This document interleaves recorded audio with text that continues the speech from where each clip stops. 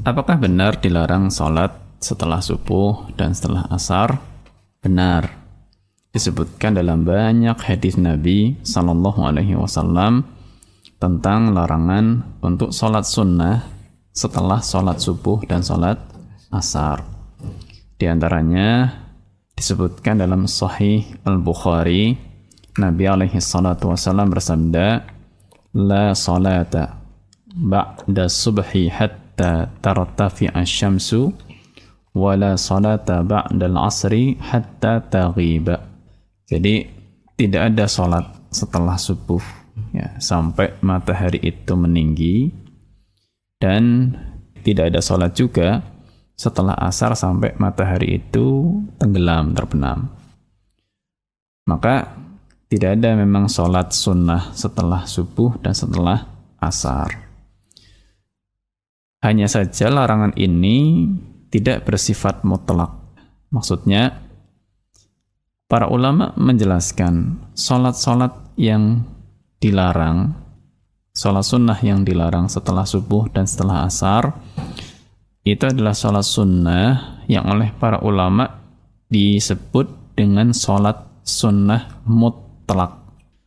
Apa itu sholat sunnah mutlak ya? Kadang kita kalau dengar nama sholat itu seolah-olah itu kayak nama khusus gitu ya. Jadi mutlak itu bisa kita katakan sholat sunnah yang tidak memiliki sebab. Sekedar pengen sholat aja gitu. Kepengen sholat sunnah gitu. Maka itu yang dilarang. Ya, tidak boleh sholat sunnah mutlak. Itu sholat sunnah yang tidak memiliki sebab apapun. Adapun untuk sholat sunnah yang memiliki sebab, maka para ulama mengatakan itu tetap disunnahkan. Di antaranya contohnya tahiyatul masjid. Karena disebutkan oleh Nabi alaihi salatu wasallam, "Idza dakhala ahadukumul masjid fala yajlis hatta yusalliya rak'atain." Jika kalian masuk ke masjid, maka janganlah duduk kecuali setelah sholat 2 rakaat.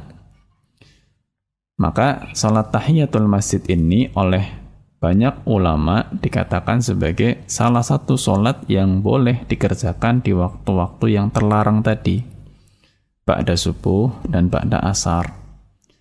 Jadi misalkan tadi digambarkan ada pengajian kok ba'da subuh. Mungkin ada seseorang yang sholat subuhnya nggak di masjid tempat pengajian misalnya. Ya, dia mungkin sholat di dekat rumah, kemudian setelah sholat datang ke masjid yang diadakan pengajian di dalamnya. Ketika masuk masjid, silahkan tahiyatul masjid. Demikian juga ketika pengajian ba'da asar. Mungkin sholat asarnya di masjid dekat rumah, atau kalau ibu-ibu mungkin sholat asarnya di rumah gitu ya. Kemudian menghadiri pengajian ba'da asar di masjid.